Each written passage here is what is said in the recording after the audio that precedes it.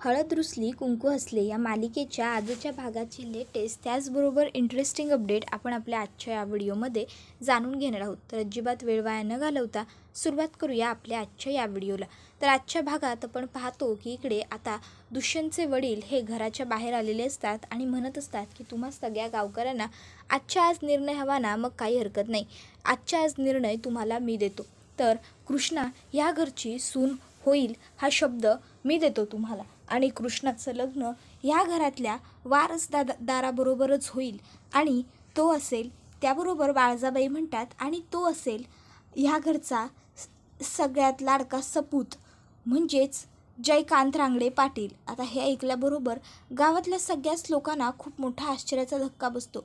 काही लोक तर खुश होऊन जातात. सगळ्यांना वाटतं की चला कृष्णाच्या आयुष्याचं भलं झालं. तर आता जयकांतचं नाव बाळजाबाईंनी अनाऊन्स केल्याबरोबर इथे जयकांतला तर आनंद झालेला असतो, पण त्याच्या आईला म्हणजेच बहिणावतीला आणि वडिलांना अजिबातच आनंद झालेला नसतो. तर आता लगेच इकडे बहिणावती ही तिच्या नवऱ्याला म्हणत असते, अहो काहीतरी बोला ना, पण तो म्हणतो की थांब जरा गप्प बस. तर आता लगेचच इकडे बाळजाबाई म्हणायला लागतात, आजपर्यंत या बाळजानं कोणाचं बी नुकसान केलेलं नाही आणि यापुढं बी बाळजाकडनं कोणाचं बी नुकसान होणार नाही. गावकऱ्यांनो, तुम्हासने आजच्या आज निर्णय हवा होता ना, ह्यो बघा दिलाय मी आजच्या आज निर्णय. म्या कायम गावच्या भल्याचाच विचार करणार. हां, आता कधीतरी येळ लागू शकतो एखादा निर्णय घ्यायला, पण असं होणार नाही की मी निर्णय दिला नाही, समजलं ना. त्याबरोबर लगेचच आता सगळी लोक टाळ्या वाजवतात. तर आता बाळजाबाई या सावित्रीला म्हणतात, सावित्री आता तरी खुश आहेस ना? आता तुझी लेक माझ्या घरची सून होणार, ती बी आमच्या जयकांची बायको, मंजूर का? त्याबरोबर ती म्हणते, हो आता तुम्ही ठरवलं म्हणलं बाळजाबाई, तुमच्या शब्दामोर आहे वय म्या, ठरलं की. मग हळद तिच्या हातावर देतात बाळजाबाई आणि म्हणतात की आता सध्या सुपारी फोडलेली नाही आहे, म्हणून ही हळद हातात घे आणि ह्या हळदीला शपथ घेऊनच आपण आता हे लग्न ठरवलं आहे. बरं, आता उद्या हळद आणि परवा लगीन, अशा पद्धतीवर आपल्याला लगीन करायचं आहे. मग काय, लोक खूप खुश होतात. बाळजाबाईंना नमस्कार करून लोक तिकडनं चाललेले असतात. आता इकडे बाळजाबाई ही तिथे उभी असते. तर आता लगेचच बाळजाबाईला तिचा नवरासुद्धा म्हणतो, वा वा वा बाळजाबाई, बाळजाबाईंचा विजय असो. मग बाळजाबाई आता स्वतःच्या नवऱ्याला हात मिळवतात आणि मनातल्या मनात म्हणत असतात, किती नालायक आहात तुम्ही, स्वतःवरचा त्रास तुम्ही माझ्यावर ढकलण्यासाठी हे एवढं सगळं रचलं. पण एक गोष्ट लक्षात ठेवा, तुमच्या तोडीस तोड आहे मी, त्यामुळे माझ्या वाकड्यात जाऊ नका. आणि मग घरातले सगळे सदस्य हे घरात निघून गेलेले असतात, कारण बाळजाबाई घरात गेलेली असते. बाळजाबाईच्या मागं सगळे आपोआपच जातात. तर आता इकडे जे काही रक्त यांच्या बोटातून आलेलं असतं ते आता बाबा रक्त एकटेच चुफत उभे राहिलेले असतात आणि यातून कसा पर्याय काढायचा याचा विचार करत असतात. तर दुसरीकडे आपण पाहतो की आता दुष्यंत हा ऑफिसला आलेला असतो आणि गौतमी ऑफिसमध्ये कुठेच नसते. दुष्यंत गौतमीला सगळीकडे शोधत असतो. तो सगळ्यांना विचारतो, आधी गौतमी कुठे आहे रे? त्यावर तो म्हणतो नो आयडिया. मग तो त्याच्या एका दुसऱ्या मित्राला विचारतो, गौतमी कुठे आहे रे? त्यावर तो म्हणतो, गौतमी, अरे गौतमी कुठे आहे काही आयडिया नाही आहे, पण तू तर सुट्टीवर होतास ना? त्यावर तो सांगतो, अरे हो सुट्टीवर होतो, पण गौतमीला थोडं भेटायचं होतं ना, म्हणून ऑफिसला आलो. बाय द वे काही आयडिया आहे का तुझ्याकडे? त्यावरती म्हणतो की नाही ग रे, म्हणजे मला काही माहीत नाही आहे, मे बी ऑफिसच्या कुठल्या तरी मीटिंग वगैरेला गेली असेल का? मग असा आता आकाशच विचारतो. त्यावर तो म्हणतो, गेली असेल मीटिंगला, पार्टीला, काय दुसरं म्हणणार ना, सरक. आणि मग तो त्याच्या मित्राला बाजूला करतो. आता इथे तो विचारण्याचा खूप प्रयत्न करत असतो की कुठे आहे ती, कुठे आहे, पण आता त्याला कोणीच सांगायला तयार नसतं. सगळेजण हेच म्हणत असतात की आम्हाला माहीत नाही आहे, माहीत नाही आहे. तर दुसऱ्या बाजूला आपण पाहतो की कृष्णा ही इतके काबड कष्ट करते, मेहनत करते. तर इतक्यात त्या ठिकाणी आता येतो तो म्हणजे बंट्या. आता बंट्या येतो आणि कृष्णाला म्हणत असतो, कृष्णे तू निघ, तू पळून जा, तू पळून जा. त्यावर कृष्णा म्हणते, काय मी का पळून जाऊ, पण अरे झालंय काय नीट सांग की. त्यावर तो म्हणतो, राडा झालाय, लय मोठा राडा झालाय, तू निघ. त्यावर कृष्णा म्हणते, राडा, हे बघ जे काय असेल ना ते तू पहिलं नीट सांग, मला कळलं अशा भाषेत बोल ना. त्याबरोबर आता तो बंट्या सांगायला लागतो, कृष्णे अगं तुझं लगीन ठरवलं आहे. त्यावर लगेचच आता त्या ठिकाणी भक्ती येते आणि म्हणते, काय लगीन कुणाबरोबर? मग तो सांगतो, जयकांत बरोबर. तर दुसरीकडे आता बहिणावती आणि तिचा नवरा त्याचबरोबर देविकांत हे तिघंही जणं आलेले असतात बाळजाबाईंच्या रूममध्ये. आणि आता लगेचच इकडे बहिणावतीबाई म्हणते, वाह वाह बाळजाबाई वाह, स्वतःच्या फायद्यासाठी तुम्ही नेहमीच माझ्या लेकाचा बळी देत आलाय आणि आज तर तुम्ही एवढा मोठा विश्वासघात केला. अहो कशापायी त्याबरोबर बहिणावतीबाई ह्या आज म्हणायला लागतात, आज तुम्ही काय बोललात, माझ्या लेकाचं लगीन त्या दळभद्री पोरीशी, ती माझ्या घरची सून होणार, माझी सून होणार, कशापायी आणि जर त्याबरोबर लगेचच देविकांत म्हणतो, मम्मी तुला काही माहिती आहे का, तुला काही कळतं आहे का त्यातलं, तू का उगाच काकी साहेबांना बोलायला लागलीस. त्याबरोबर ती म्हणते, होय का, तुला नाही कळालं आहे मग तू बोलतोस का. आजपर्यंत मी कधी काय नाही बोलले, मी गप राहिले. माझा जयकांत तुमच्यासाठी जेलमध्ये गेला तरी बी मी गप बसले. माझा जयकांत तुम्ही वसूल केलेले पैसे गोळा करायला लोकांच्या घरला जातो तरी बी मी काय नाही बोलले. अहो लोक त्याच्या मागं त्याला शिव्या घालतात, तुम्ही मात्र त्यांच्यासाठी देवीच हायसा. सांगा की कशापायी करता हे समज. आज पावतर तुमच्याच घरात राहतो म्हणून शांत राहिलो, तुमच्या घरात राहतो म्हणून काय बोललो नाही कोणाला, पण त्याचा फायदा असा द्याल होय तुम्ही मला, माझ्या लेकाची जिंदगी बर्बाद करून. त्याबरोबर लगेचच आता काकासुद्धा म्हणायला लागतो की हे बघ बहिणावती, तू जरा शांत राहा की. अगं वहिनींनी एवढं सगळं केलं आहे म्हणजे नक्की त्यांचा काहीतरी प्लॅन असणारच की, तू उगाच जास्त रिॲक्ट होऊ नको.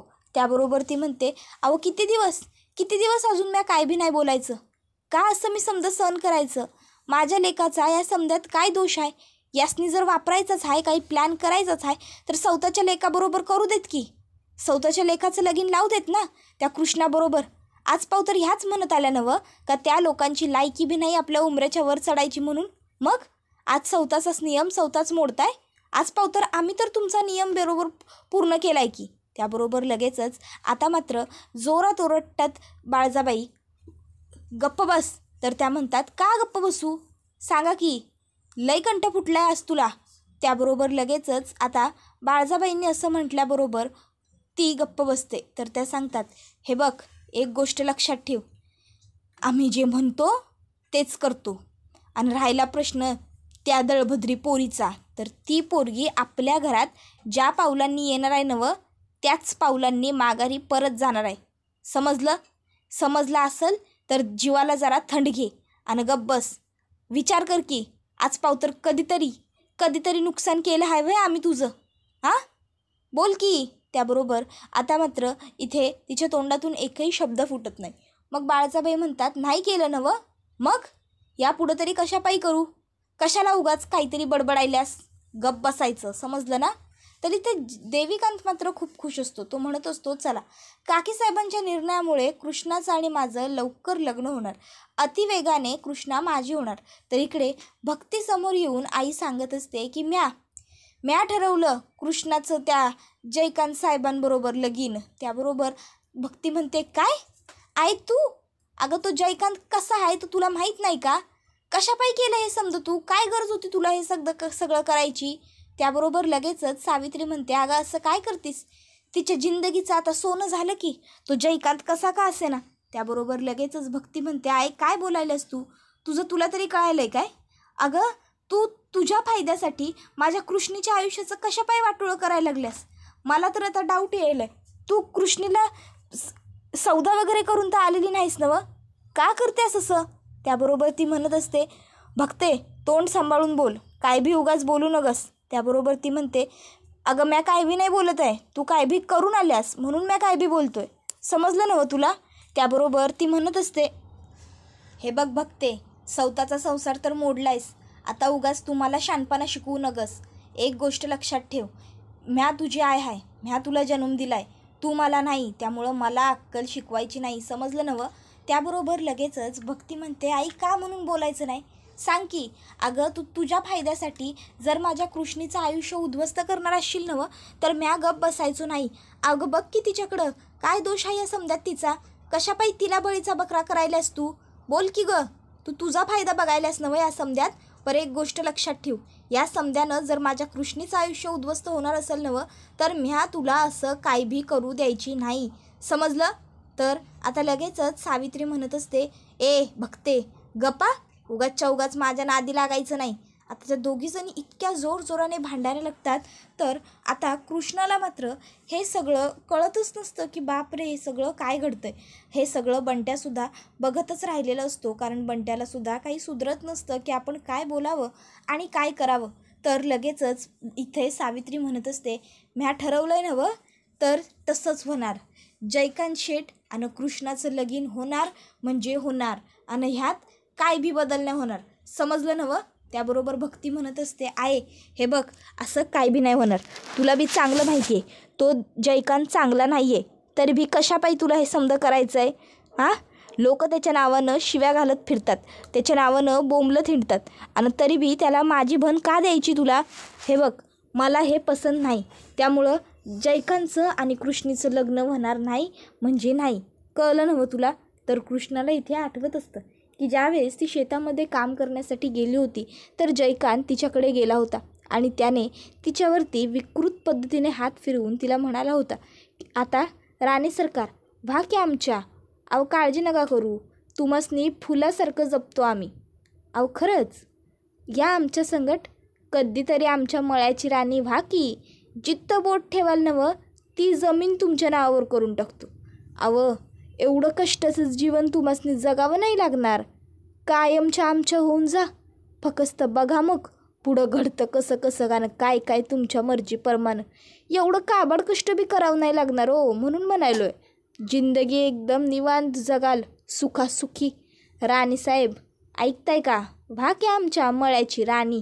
त्याबरोबर कृष्णानं त्याला सौतापासून दूर लोटला होता.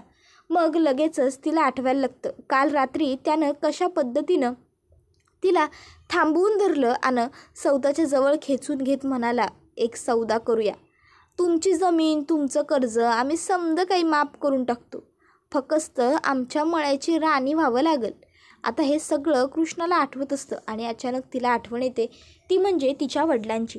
तिच्या वडिलांनी तिच्यासाठी मातीपासून जी बाहुली बनवली होती तिची. हे माझी कृष्णा आणि ह्यो तिचा नवरा. त्याबरोबर कृष्णा आता चक्कर येऊन खाली कोसळते. तर भक्ती लगेचच कृष्णाजवळ येते. तर सावित्री कृष्णाला हे असं खाली पडलेलं बघते आणि म्हणत असते, काय नाही, नाटकी आहेत समधी, खोटं करायला ही पोर. त्याबरोबर हे ऐकून भक्तीला राग येतो.